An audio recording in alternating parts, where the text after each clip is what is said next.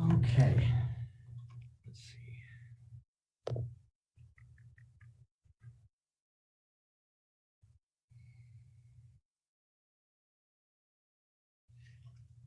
see. Okay, folks, well, New Mexico is definitely keeping me on my toes so far. The weather changed so fast last night, I thought it was a first order phase transition. I hope everybody is safe and, not calling in from the side of the highway somewhere. Is there anything that we need to discuss before we dive on in for today?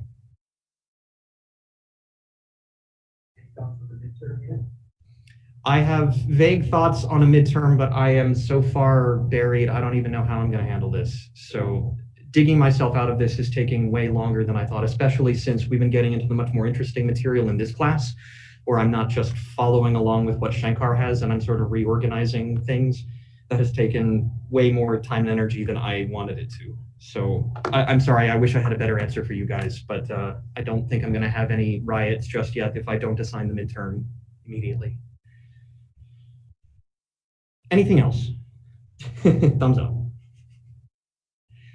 Okay, great. In that case, let's go ahead and get started. Share screen. Okay. I am extremely excited about this week because we are finally going to make the jump completely from classical mechanics to quantum mechanics, and hopefully this will bring together all of the many threads that we've been weaving thus far throughout the semester. So to recap some of those highlights,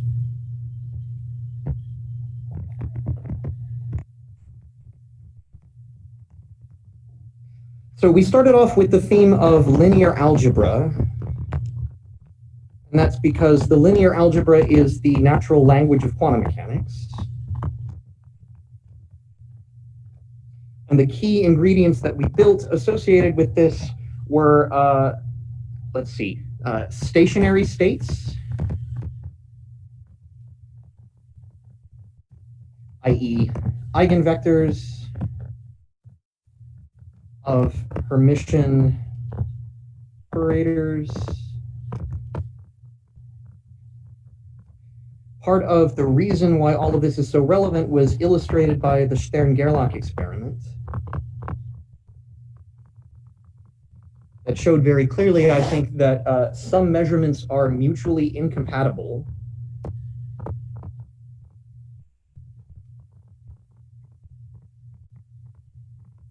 Mutually exclusive measurements.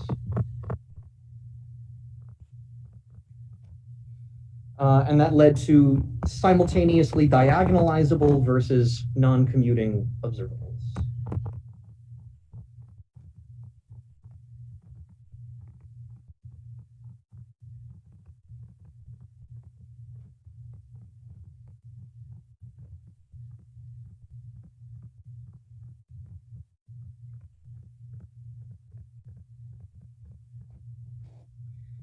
Another one of the major themes thus far has been that symmetry is king. And we were talking especially about continuous symmetries, not just a single discrete reflection symmetry, but a symmetry that has an infinitesimal version of it, like a rotation or a translation.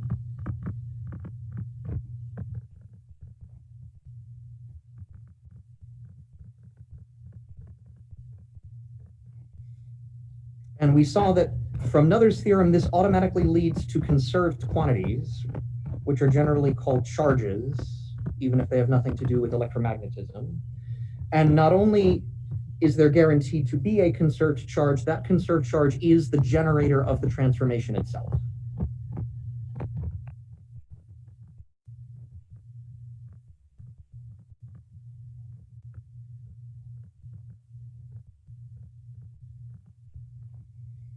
And this was all part of our program to reformulate mechanics in an algebraic way.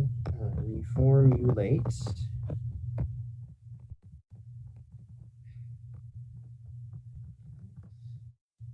And so we started off from the elementary Newtonian formulation, translated that to the Lagrangian formulation as a minimization problem. And the quantity being minimized there is the action. from there, we're only a Legendre transformation away from the Hamiltonian formalism.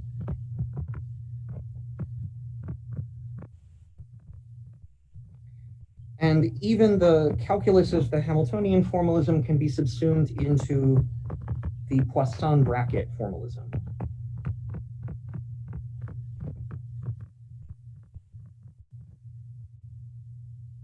And so between today and Thursday, I hope that we will be able to show how the bracket algebra, together with symmetry transformations and canonical quantization, will bring us out of the classical mechanics and into the full operator non-commuting matrix formalism of quantum mechanics. So that's the goal. So we have one interesting loose end to wrap up before we abandon the classical formalism entirely. And that is the case of a velocity-dependent force.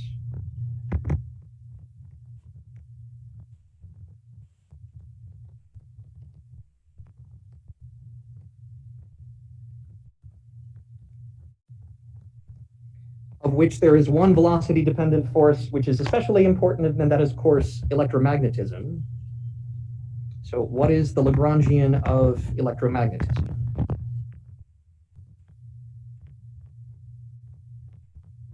Lagrangian or Hamiltonian or E&M. So the equation of motion that we want to reproduce is, of course, the Lorentz force. So if you have a charged particle, its mass times acceleration, and I'll write this as mv dot, is given by one piece containing the electric force, that is its charge times the electric field, plus a piece coming from the magnetic force, which is where all the problem is, Q over C V cross B. I should note that this is the expression in CGS units, and whatever units you pick for electromagnetism will affect things like whether the speed of light or some other constant appears here associated with the magnetic force. So, of course, the problem is this part, that your magnetic force depends on the velocity.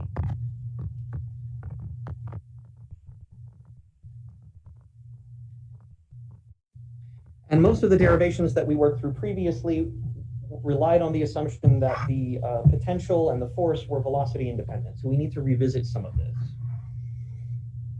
So one can express these in terms of the potentials rather than the fields, in which case the equation of motion looks like mv dot equals minus q times the gradient of the scalar potential minus q over c times the time derivative of the vector potential plus q over c v cross the magnetic field, which is the curl of, sorry, the scalar curl of the vector potential. Of course, phi is the electrostatic potential,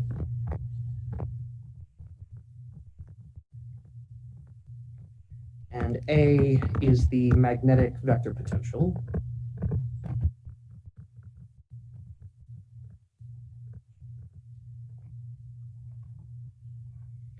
So this is the equation of motion that we're going to want to generate from some Lagrangian. For the velocity independent forces, we had nice things like L equals T minus V, and this led to Hamiltonian H equals T plus V that we could associate with the total energy. This is not going to work anymore, certainly not in this simple form, because of this velocity dependence.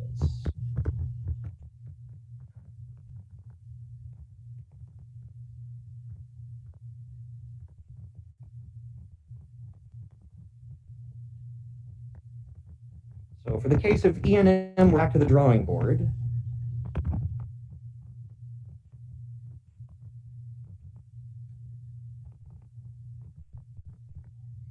And again, the goal is to construct any Lagrangian or an action that you can minimize that will reproduce this equation of motion. It's just reformulating this as a minimization problem.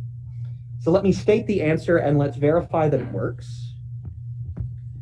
So a Lagrangian for electromagnetism that reproduces the Lorentz equation of motion is the following: 1/2 m r dot squared, the usual kinetic energy, minus q times phi, the energy associated with the potential, the electrostatic potential, and the weird part comes in with the coupling to the vector potential, q over c, velocity, which I'm writing here as r dot product with a, the vector potential. So this is the funny part.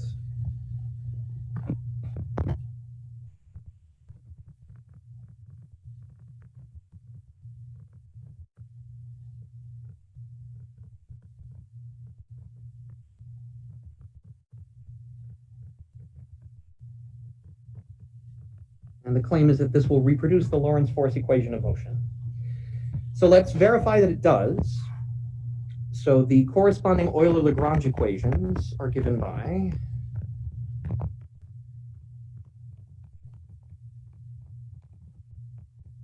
so of course this is ddt of derivative of the Lagrangian with respect to a velocity, right? So normally we write this as ddq dot minus dl dq is equal to 0. In the case of interest here, I'm going to refer to this as just the velocity. So let's work out the various derivatives of this Lagrangian. So derivative of the Lagrangian with respect to the ith component of the velocity vector. So differentiate the kinetic energy, and you again get the usual mvi. It doesn't affect the scalar potential, but it does couple to the vector potential. So I get plus q over c a sub I, the ith component of the vector potential. Now I need to take the time derivative of this. So this is the canonical momentum p sub I associated with this Lagrangian.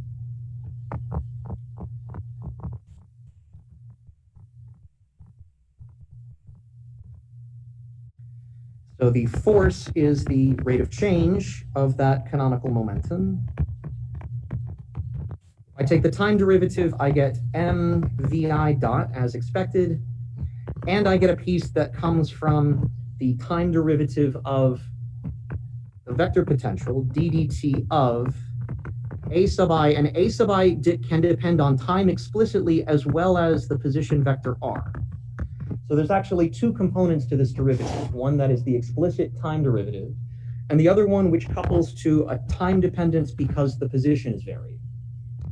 So this is given by one piece which is partial of ai with respect to t, and another piece which is derivative of ai with respect to the coordinate xi times derivative of xi with respect to t. And so this is nothing more than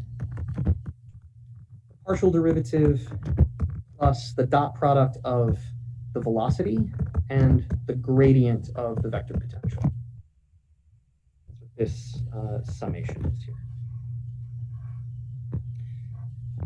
So already non-trivial dependence, which is popping up. So we get ddt derivative of the Lagrangian with respect to the velocity is mvi dot plus q over c dai dt plus q over c v dot grad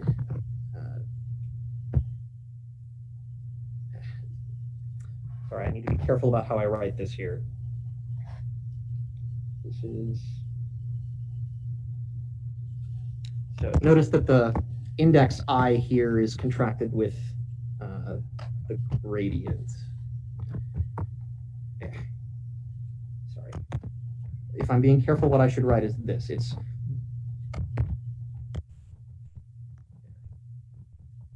so I was that external index. That one was the one here associated with the coordinate that I was differentiating. So I should have been more careful, and this sum is over a new index j. So when I assemble this into a gradient, it should be v dot grad, it's that dot product, and that gradient is acting on the component ai. Sorry for that confusion. So this should have the form v dot dot grad AI. Okay, that's one half of the Euler-Lagrange equation. The other part is the explicit force. So this is derivative of the Lagrangian with respect to, what did I call it in the notes? R sub I. So if I go back to the Lagrangian, when I take the derivative, I'm going to get one piece that couples to the gradient of the scalar potential, and I'm again going to get another piece that couples to the derivative of the vector potential.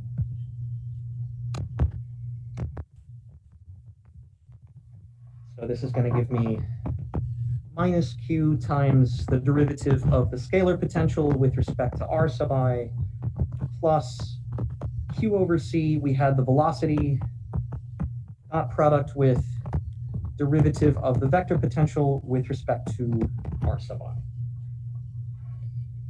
Okay, so let's put these ingredients together.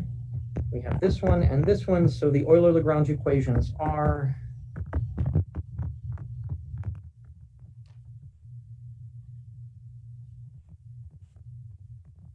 the derivative of the Lagrangian with respect to vi minus derivative of the Lagrangian with respect to ri equals 0. So I'm going to keep I fixed, and then other dot products will arise. So this is m vi dot plus q over c dai dt plus q over c v dot grad a components plus q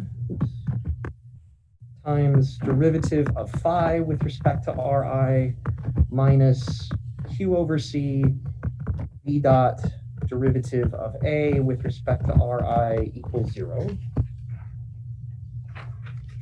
Now we can identify the various pieces of this expression and see that it does reproduce the Lorentz force. So let's see, the time derivative of the vector potential together with the gradient of the scalar potential is what gives you the electric field. So this part and this part is equal to q times e, I with a minus sign.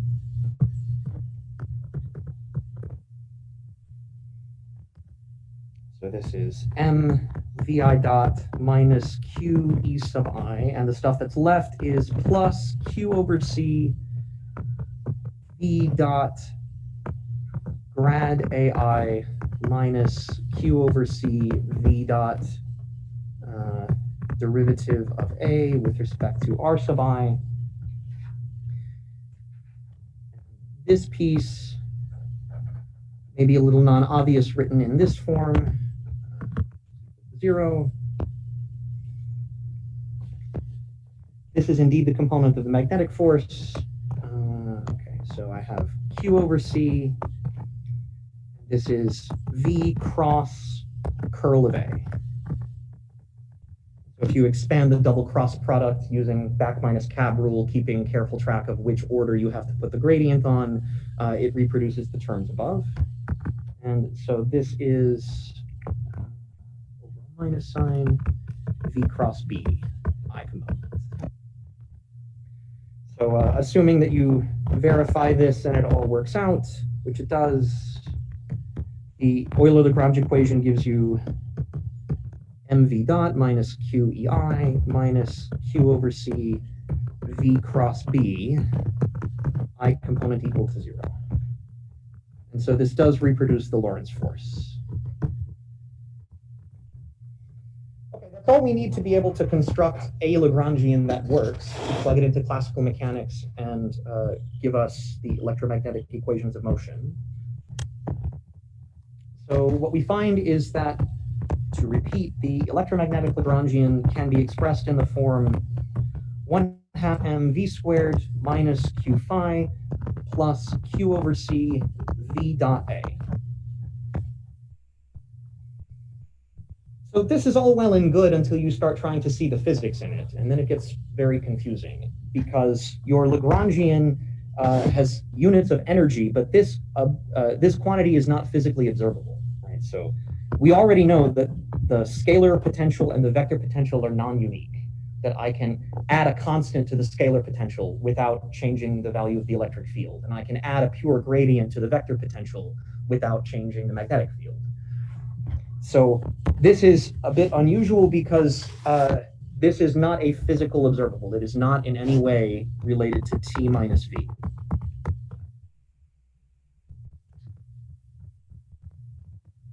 Cannot be interpreted in terms of potential energy.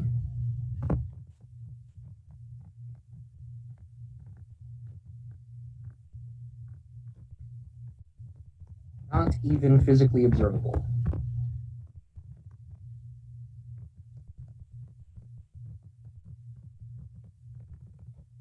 So one way to see that is the fact that the Lagrangian that you choose is non-unique, and that when you make a gauge transformation that does not affect the equations of motion at all, it changes the Lagrangian, even though it leaves the equations of motion invariant. So we know that the gauge transformation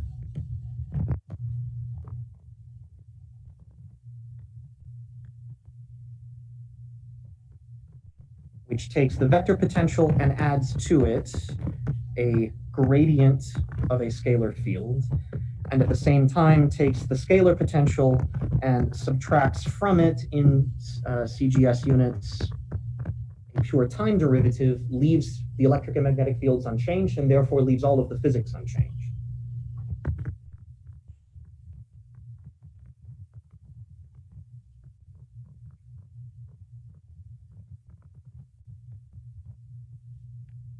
And so clearly, the electromagnetic Lagrangian is not invariant under a gauge transformation.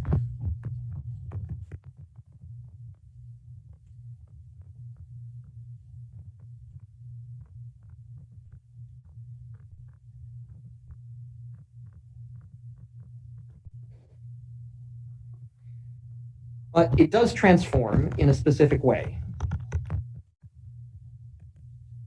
So under this gauge transformation, if I look back at my Lagrangian itself, when I transform the phi component,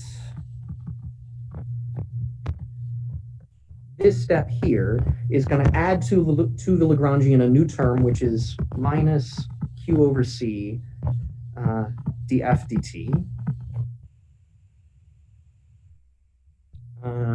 except with a plus because there was already a minus sign there. And then when I add the, when I add the gradient of the scalar field to the magnetic part, I get another term, which is plus q over c v dot grad f. So the Lagrangian does change, but it changes in the specific way that combines together and gives me a perfect total derivative. So this is q over c d dt of the function f of position and time. And we already said that that includes both of these pieces, the explicit time dependence as well as the implicit dependence from the gradients that you're moving through with some velocity. Just to be clear, the Lagrangian is not itself invariant. This is still a symmetry of the action and therefore a symmetry of the equations of motion. Plus d dt q over cf. Did you say? Yes, go ahead. Like physically, or like from your mouth, you said that f was a function of position and time, but you have r dot is force velocity dependent as well, or not force? Sorry, the function f. No, maybe my notation here is sloppy. Sorry, this is the position vector r. I don't mean r dot. It should be just dependent on space and time, not velocity. Okay, thank you. Sure. Okay. So we already saw, for instance, that if you transform the Lagrange by adding a total derivative to it, that leaves the equations of motion unchanged.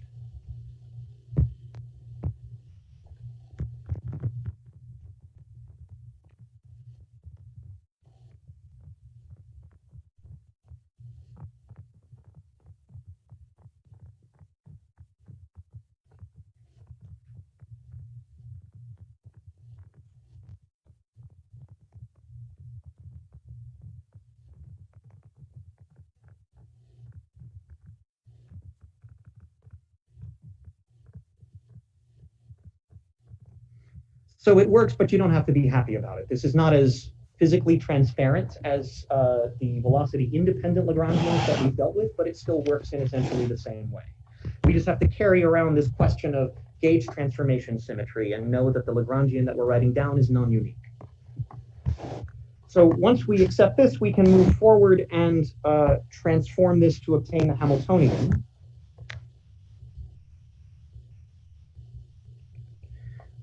Let me write that sentence that I said in words explicitly. So the statement is that L, E, and M itself is not physically well defined.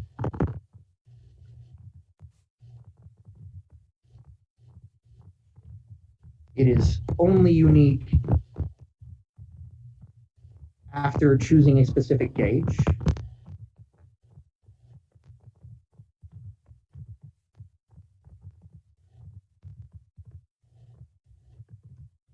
By which I mean the unique choice of phi and A. And then you still have a leftover gauge symmetry.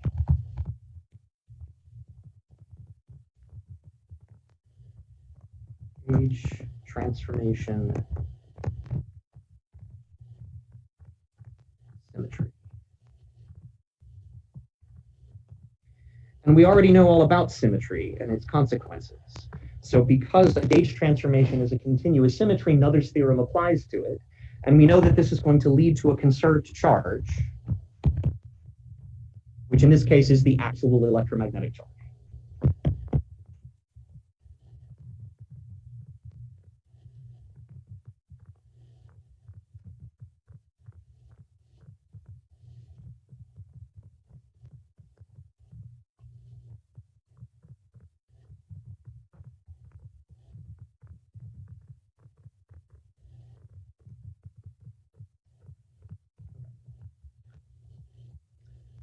Now let's transform this Lagrangian into the Hamiltonian.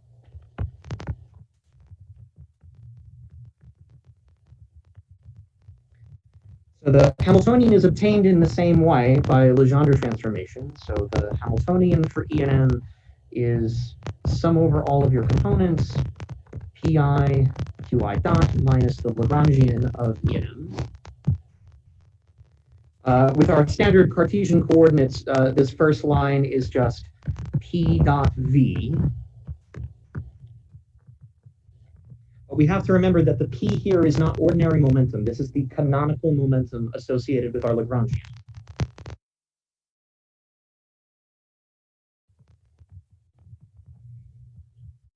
And we worked out what that canonical momentum was back here. It's mv plus q over c times the vector potential.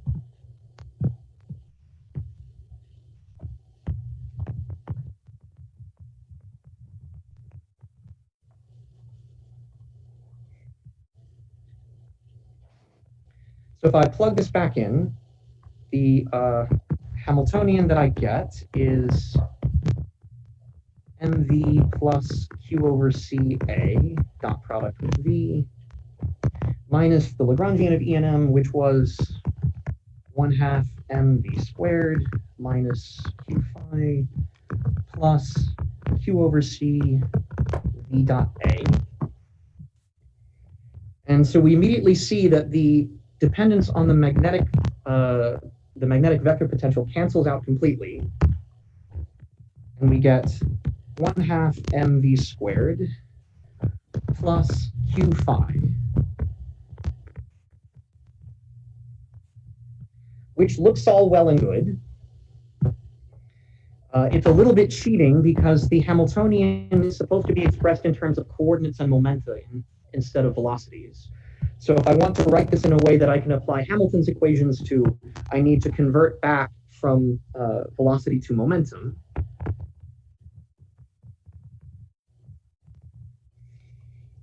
Let's see, the velocity is 1/2 m, and the velocity is p minus q over ca, and then I have to divide the whole thing by m squared plus q phi, which is just P minus Q over CA squared over 2m plus Q phi.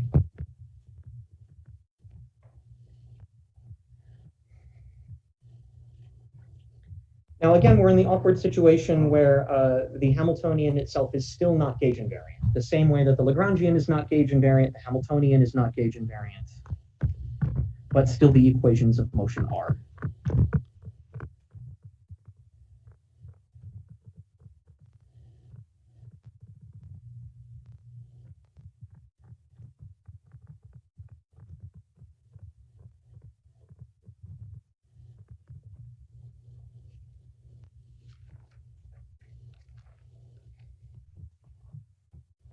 So there's an interesting observation that we can make here about what the coupling to the background electromagnetic field looks like. So it's not totally obvious in the form written here. I think it's more transparent if I subtract the scalar potential to the left-hand side. So let us compare free particle to a particle in the electromagnetic field.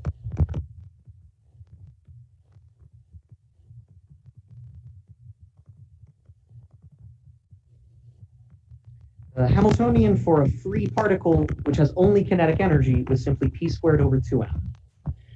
If I subtract the scalar potential to the left-hand side, then for E and M, I have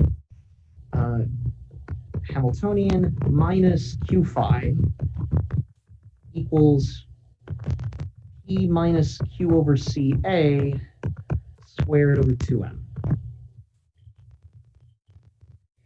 So when you compare what happens to the momentum, it's clear that it looks like turning on the electromagnetic field has shifted the momentum away from its kinetic value, the ordinary momentum in the real world, into this canonical momentum when you subtract it off the vector potential.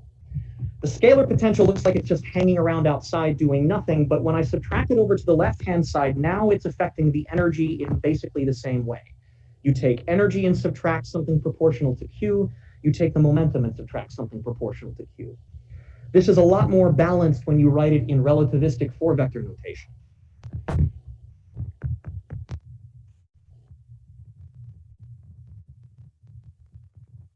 So we already discussed briefly before the notion of combining energy and momentum into a single four-vector. If my four-vector is, let me see, what metric did I use before? E, and I guess I need a factor of C to give all of this dimensions of energy. YC, PZC. And this motivates choosing to invent a four-vector A mu that includes the vector potential and then absorbs the scalar potential into it as the time-like component. So let's write this as phi minus AX minus AY minus AZ. And when you have this, now it looks like the coupling to the electromagnetic field happens in a very simple way, just by a shift of the four-vector momentum, including the energy and the spatial momentum. For the free particle, we had E equals p squared over 2m. It's more convenient to insert factors of the speed of light to give everything dimensions of energy, so that's pc squared over 2nc squared. In terms of, yes, very good. So in four-vector components, this would be p0 times c equals, let's say, sum over I pi c squared over 2mc squared. The electromagnetic case looks like minus q phi equals sum over I PIC minus QAI squared over 2mc squared. And in four-vector notation, this is P0C minus QA0, a subtraction in the time-like component, and PI C minus QAI, 2mc squared. So especially once you combine space and time on an equal footing, which is where actually the symmetries of electromagnetism are in the first place, you find that turning on the electromagnetic field is just absorbed into a shift of the energy and the momentum. So procedure turning on external fields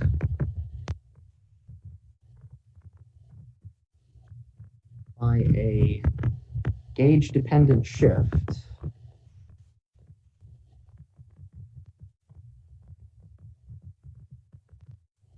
canonical momentum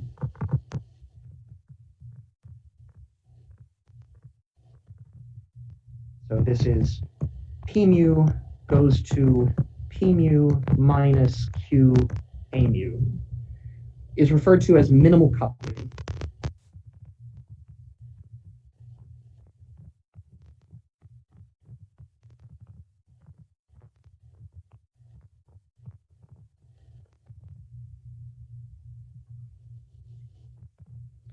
And this is especially useful because this works far beyond E and M. When you observe a new force of nature and it appears to be similar to electromagnetism in the sense that there are fields that are radiated from charges, those fields interact and do something, you want to invent a Lagrangian that describes this. Your first stab is going to be minimal coupling. You're going to take the regular momentum and subtract new gauge fields in a way that just shifts the momentum. So this works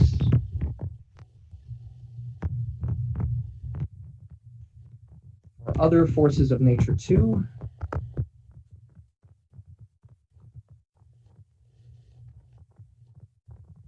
This includes the strong and weak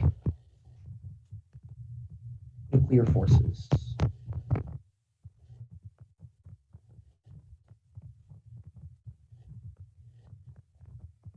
And if we discover supersymmetry or some other brand new particle tomorrow, then we will absorb it in some similar way.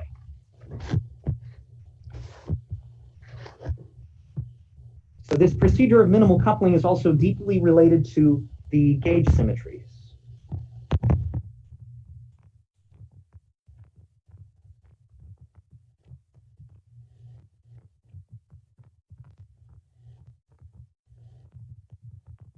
So far from being a disadvantage, the gauge symmetry completely constrains the form of the interaction.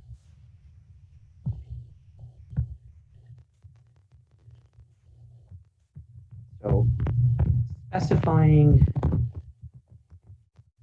the nature of the gauge transformation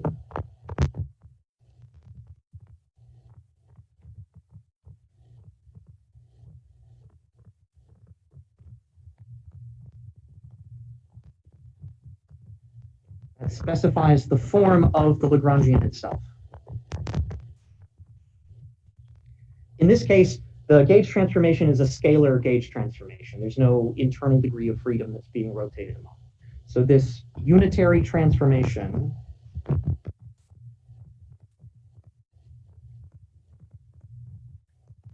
is scalar, and that ultimately leads to the U1 group. It's not a matrix. There's no internal degree of freedom being rotated around, but it's still unitary. And the group of such unitary transformations is U1 gauge symmetry.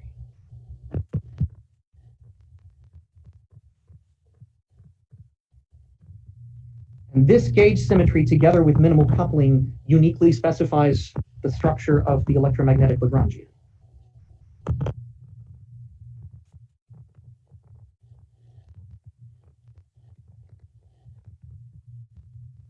reason that this works is that if you have a theory of charges and fields that looks similar in structure to Maxwell's equations, you can modify it by changing the group of that gauge transformation. You invent a new internal degree of freedom called color or hypercharge or technicolor or whatever you want. You make it a matrix and you take a guess at what the group is that allows you to rotate or transform from one to the other. That symmetry group will specify what the Lagrangian is. And so now it makes me extremely happy to be able to write down for you what the content of the entire standard model of particle physics is. By specifying what the gauge symmetries are, we specify the nature of the fundamental forces. And of the three that we know how to combine with quantum mechanics, their gauge groups are SU3 cross SU2 cross U1. So this SU3 is a set of unitary gauge transformations that has 3 internal degrees of freedom. So this corresponds to 3 color charges. And that corresponds to the 3 charges of quarks. So this is a theory of quarks and gluons. So this is the strong nuclear force.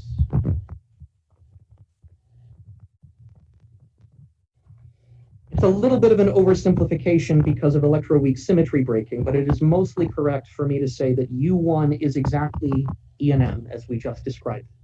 So this is one kind of electric charge.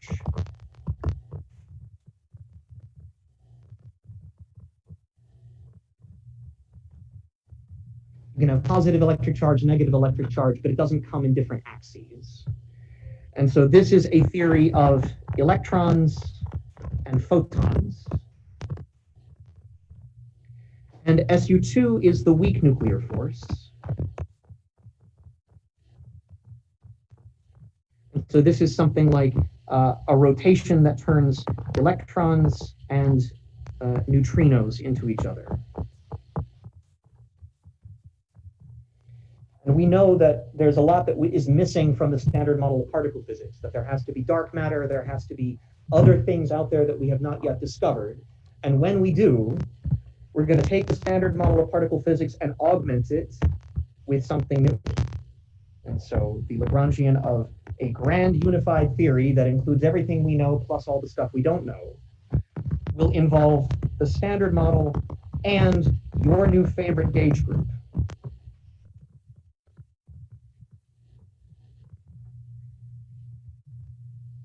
The reason that I went through all of this is that I want to show you that this argument of symmetry and symmetry transformations spans all the way from elementary Newtonian mechanics up through the bleeding edge of what we know and don't know about particle physics and the universe today. So not to overly simplify something incredibly complicated, yes. Does this just say that we haven't unified gravity into quantum mechanics because we don't know the group that it belongs to? So the problems with gravity run deeper. They seem to have problems with quantum mechanics itself.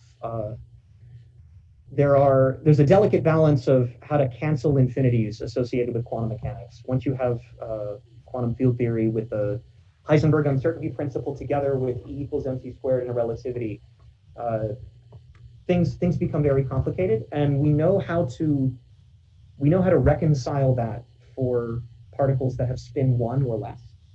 The problem is that the graviton, if you wanted to quantize it, would be spin 2, and the graviton is not renormalizable. So it creates infinities that are so strong that we cannot get rid of them by the normal ways. And that seems to indicate that there's something deeper going on with gravity, that the structure of Maxwell's equation, or the structure of Einstein's equations, is not something that can be simply encoded within a quantum field theory framework. So gravity is somehow an even more complicated case than this. I'm thinking about something that is more well-behaved than gravity, but still unknown, like dark matter. I think we're probably going to have to revise this whole paradigm somewhat in terms of the quantum field theory approach before we know how to include the graviton. I don't know if that answers your question or not. I'm happy to discuss at great length one-on-one. It does, thank you. Okay, great.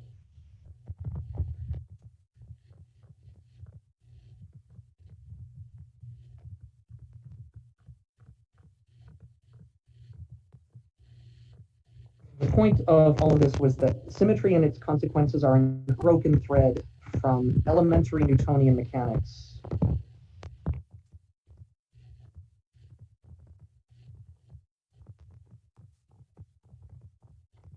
up through and including quantum mechanics, which is where we're going next.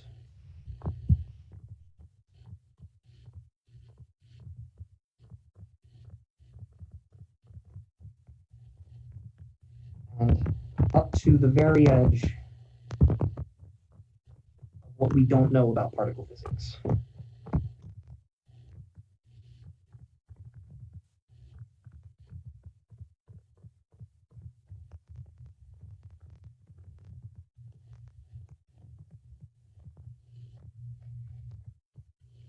So the guiding philosophy that I was taking in going this route was begin with the end in mind.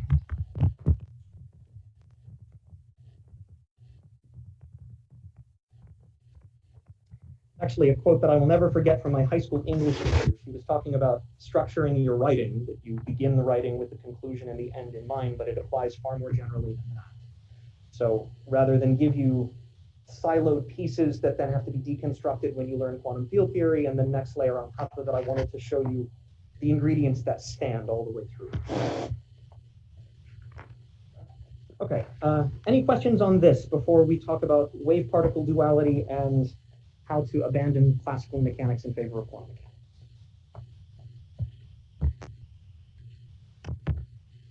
Okay. So we already went through much of these features in discussing the Stern-Gerlach effect. And this is simply the statement that there are experimental facts that were discovered around the beginning of the 20th century that cannot be reconciled with classical mechanics.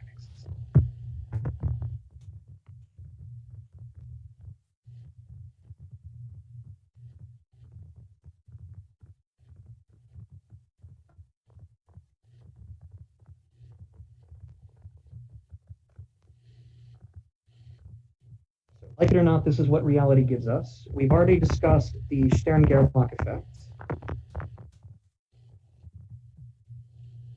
where we had a beam of particles that was coming in. We passed it through a magnetic filter, such as BZ, and we watched the beam split into components with distinct angular momentum in quantized values, and all of the incompatible observables of trying to filter it in sequence along different axes. So Stern-Gerlach, I think, strongly indicates quantization of angular momentum.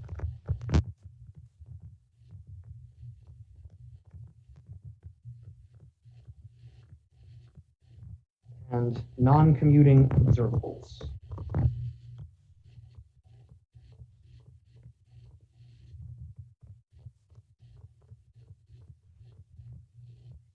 Another critical one was the photoelectric effect,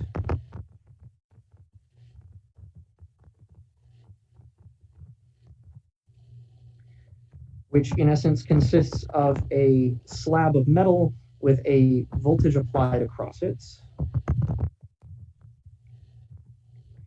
Not enough voltage to rip an electron out of the bound band structure and get it conducting, but enough that if there's an electron that happens to be ejected, that it has a bias that will cause it to move.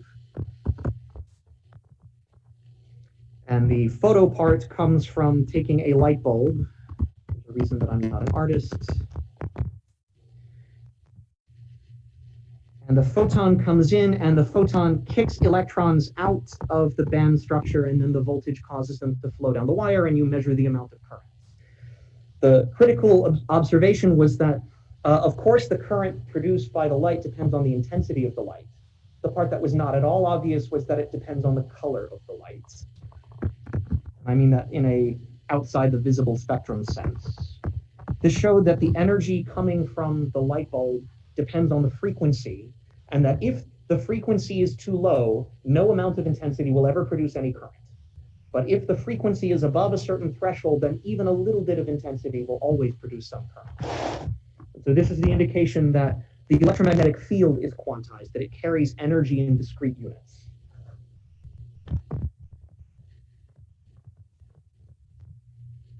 Quantized photon energy equals h bar omega. And the counterpart to the photoelectric effect is electron diffraction.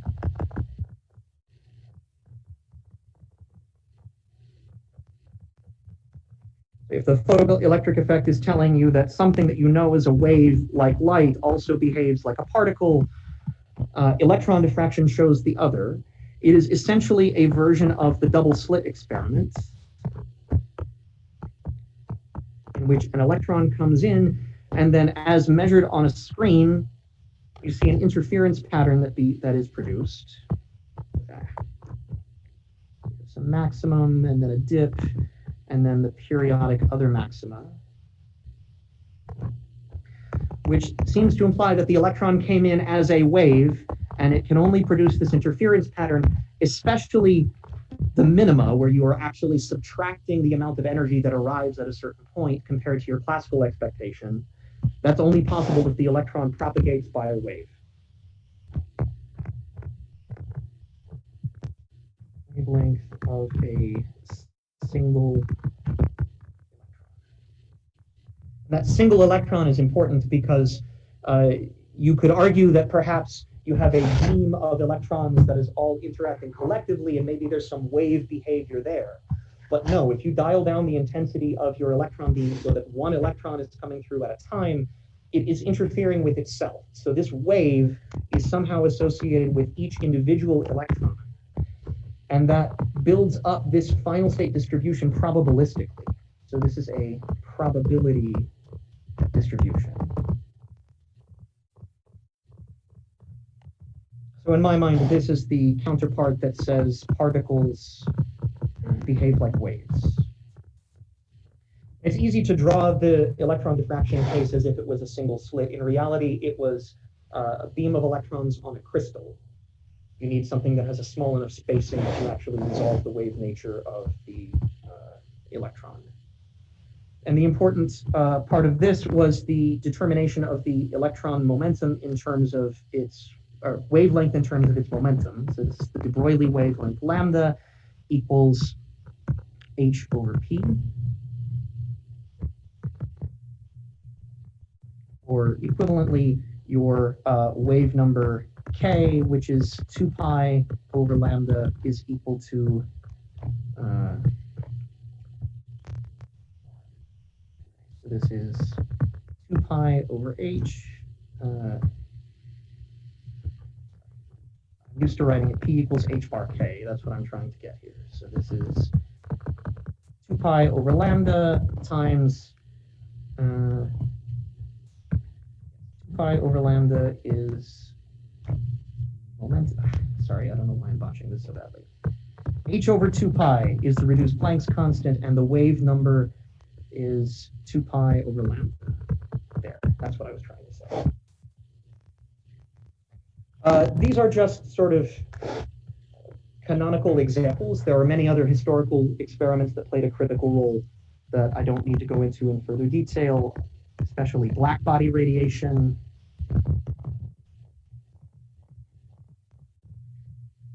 The fact that the amount of power radiated would lead to bad infinities called the UV catastrophe, unless the energy radiated is quantized into photons, plus observations of quantized atomic spectra,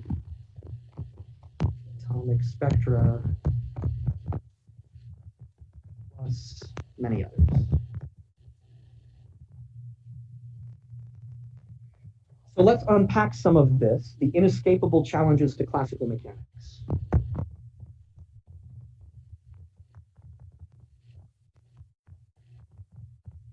We have a long list of classical expectations versus experimental facts.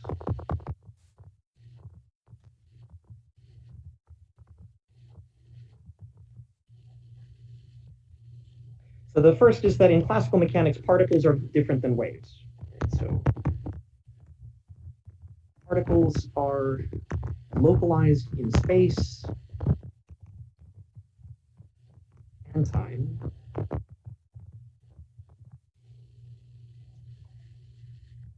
versus waves, which are spread out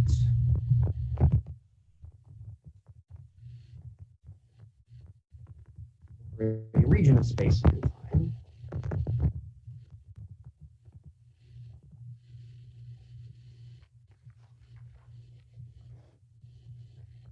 So the experimental fact tells you that waves come in discrete quanta,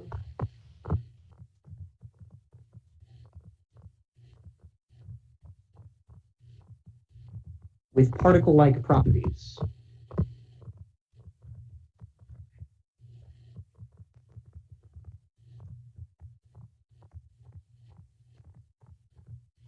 So for instance, for the photon, you have an energy given by h bar omega and a momentum given by h bar k.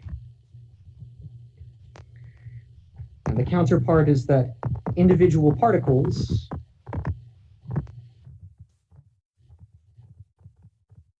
a single electron, for example, propagate and superimpose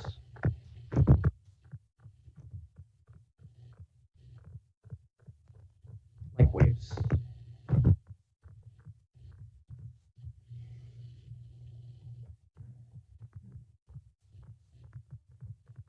So this is de Broglie's assumption about the wavelength, that the statement P equals h bar k can be extended even to massive particles and to construct what their wavelength should be. So the interesting part about this is that there's a characteristic dimensionful scale which controls whether you do or do not resolve the wave-particle duality.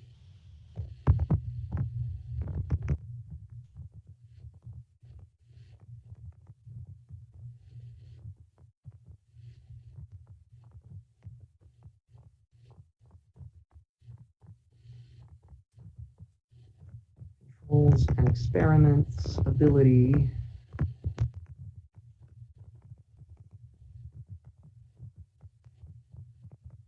resolve underlying wave-particle duality.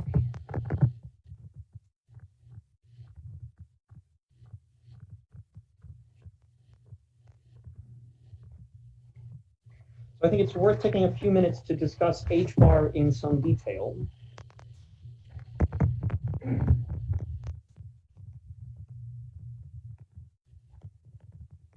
So the number that I remember memorizing in undergrad is h bar is 6.626 times 10 to the minus 34 joule seconds. This can also be written as 6.626. I didn't memorize it as well as I thought. 136 times 10 to the minus 15 electron volts times seconds. H bar, which is the more common unit, h over 2 pi, is close to 1 times 10 to the minus 34 joule seconds, or 6.582 times 10 to the minus 16 electron volts times seconds. So what are the units of h bar telling us?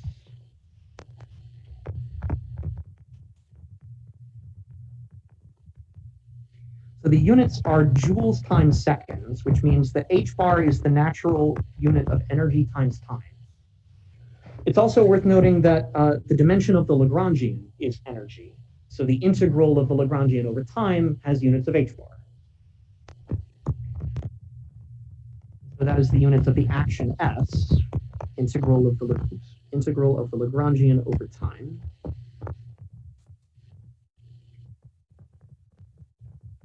Since the dimensions of the Lagrangian are joules, the dimensions of the action are joule seconds. So h bar is sometimes called the quantum of the action.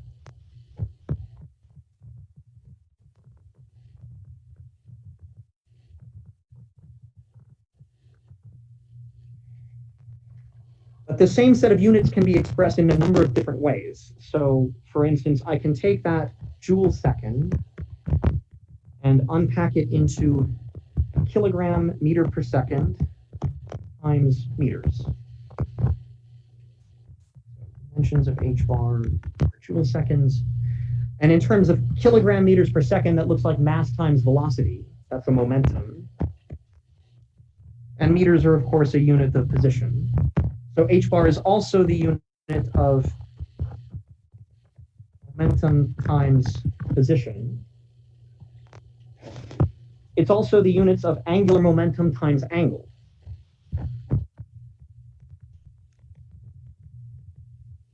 A joule second can also be written as kilogram meters squared times radians per second times radians. Remember that radians are a dimensionless unit. They can appear or disappear at will. So this is dimensions of angular momentum and angle. This is true in general for any coordinate and its conjugate momentum.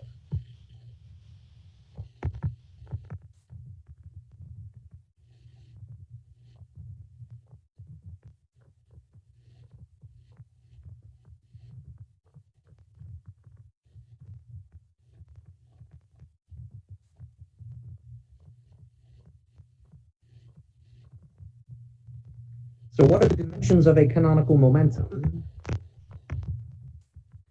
A canonical momentum is obtained from the derivative of the Lagrangian with respect to q dot. So the dimensions of the Lagrangian are energy, and then I have dimensions of q dot downstairs. So that's joules in the numerator. Whatever coordinate I'm talking about, the dimensions of q dot are the dimensions of q divided by seconds. So this is joules times seconds divided by the dimensions of q. So for any coordinate and any momentum, their product, qp, has dimensions of joules times seconds. Those are the dimensions of h bar. So it doesn't matter what coordinates we're talking about. H bar is sort of the natural unit of canonical conjugate pairs.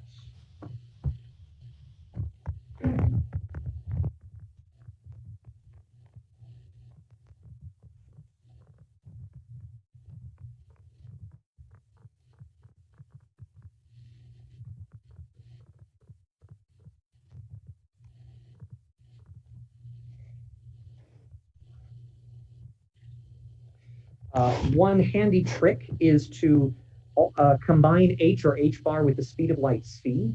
That's a dimensionful combination that shows up all the time.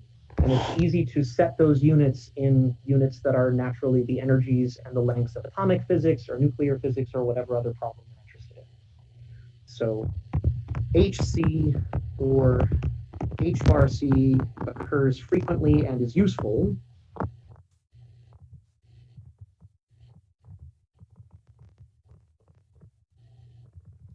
So let me give you the pocket formula.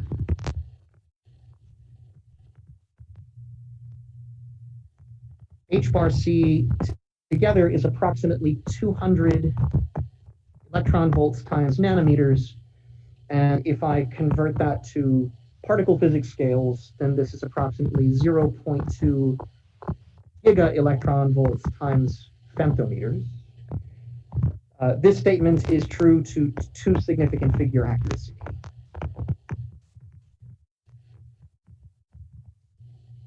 So this is useful because electron volts and nanometers are typical units of atomic physics. You may find yourself plugging those numbers in all the time if you're working on excitation levels of an atom. If you're working in nuclear or particle physics, you will tend to use this combination instead.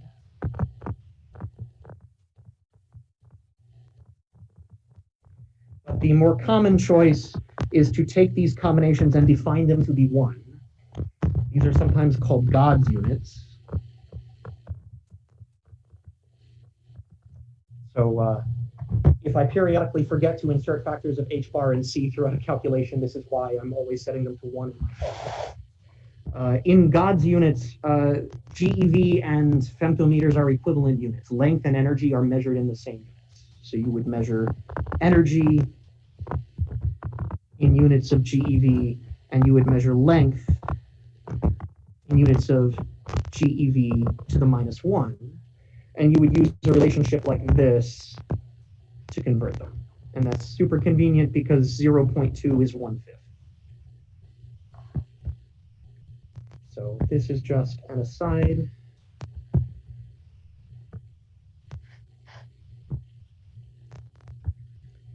So another one of these classical expectations that is violated by experimental fact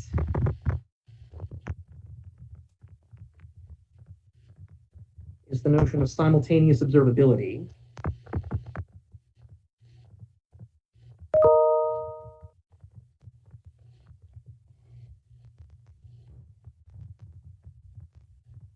Particle has simultaneous,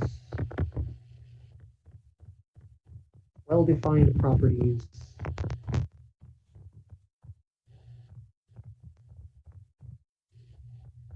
of a coordinate q and conjugate momentum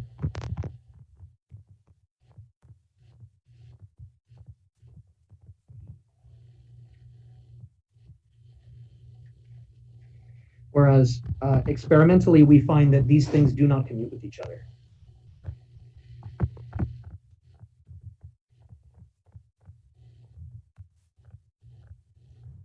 Some measurements, including and P do not commute,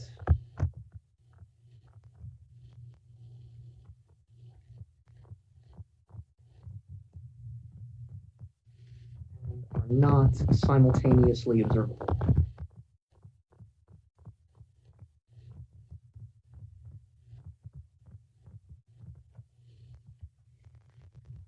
In classical mechanics, once you specify the coordinates and the momenta, all other observables are functions of those variables.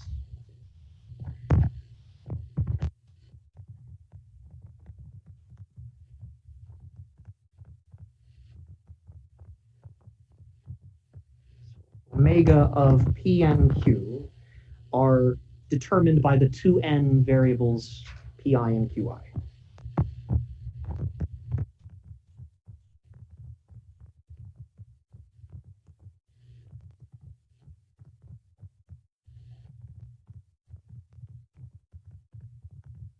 Pi and Qi.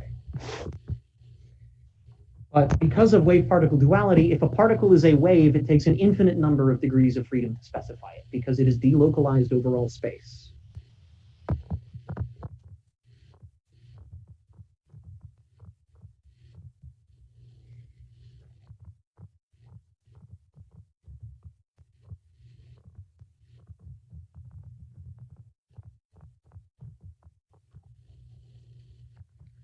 It takes n going to infinity degrees of freedom to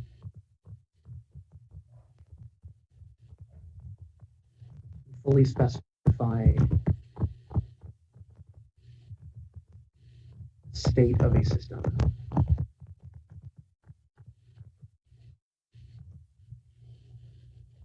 And since we need to specify the amplitude of a wave at all points in space, you need a complete function, psi of x and t if you like.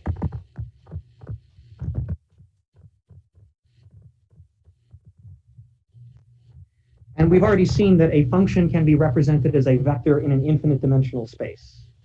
So this corresponds to specifying the system by specifying the state vector.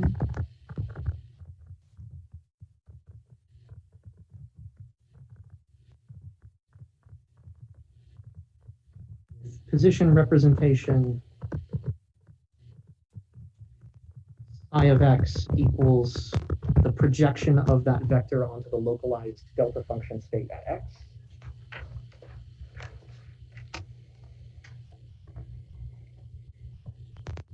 And the vector space that this vector lives in is the infinite dimensional Hilbert space.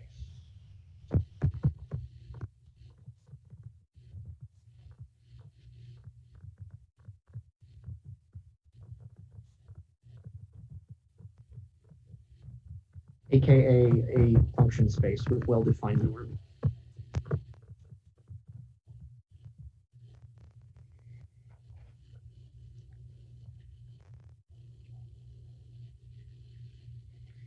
So because many observables are not simultaneously measurable, that means a complete specification of the system can't predict what all measurements are going to give you. The best you can do is to specify everything that can be simultaneously measured.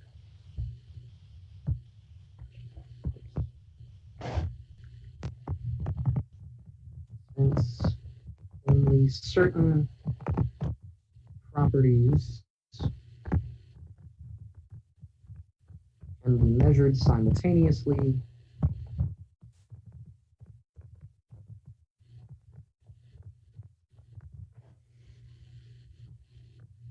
a complete specification of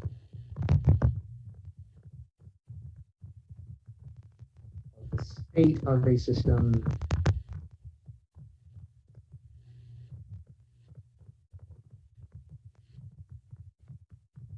consists of a list of all simultaneously diagonalizable observables.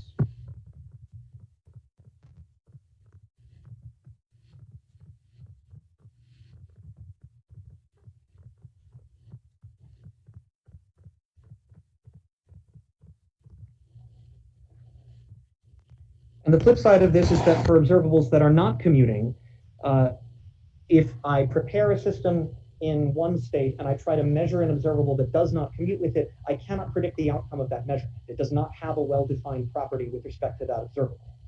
And when I perform that measurement, I've changed which set of properties I'm specifying simultaneously. That measurement inevitably changes the state of the system. So since we're out of time, let me just say, if I have two measurements A and B that do not commute,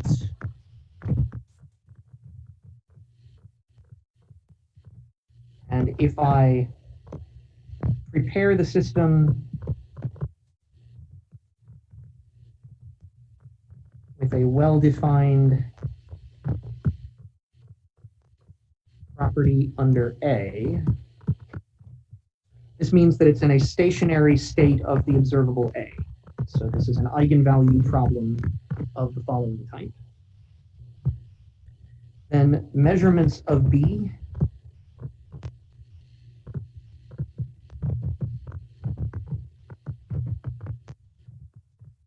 can only be predicted probabilistically and measuring B inevitably changes the state of the system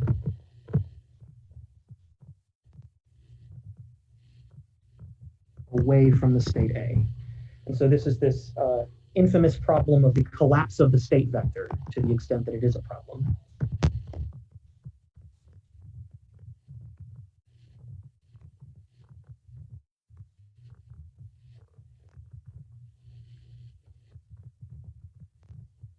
By the observation, quote unquote, B. There's a lot of hand-wringing and argument of interpretation over what an observer is or what an observation or a measurement is in quantum mechanics. To me, it always comes back to the Stern-Gerlach effect. If you interact with a property that was not well-defined or not simultaneously diagonalizable, that interaction with a system changes its properties. Okay, excellent. We are out of time, and that means next time we will go through the full framework of canonical quantization. My hope is to derive, quote unquote, the Schrodinger equation by the end of class. Any questions?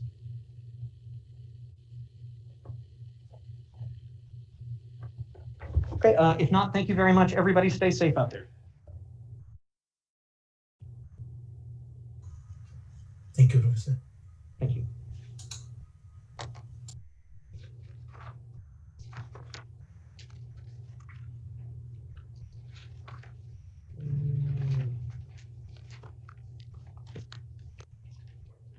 Yes, sir. How are you? All right. Let us